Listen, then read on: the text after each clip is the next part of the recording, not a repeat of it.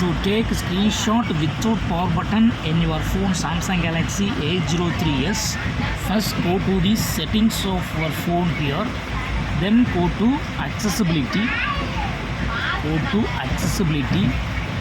and here select interaction and texturality, and here select assistant menu. Just to turn on this button, assistant menu, give permission. This is assistant menu icon.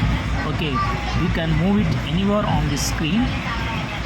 Go to the screen for which you would like to take a screenshot, and click on this menu, that is assistant menu, and you will find screenshot icon there. Just click it and screenshot will be taken. Yes, that's all friends. Thanks for watching. Bye.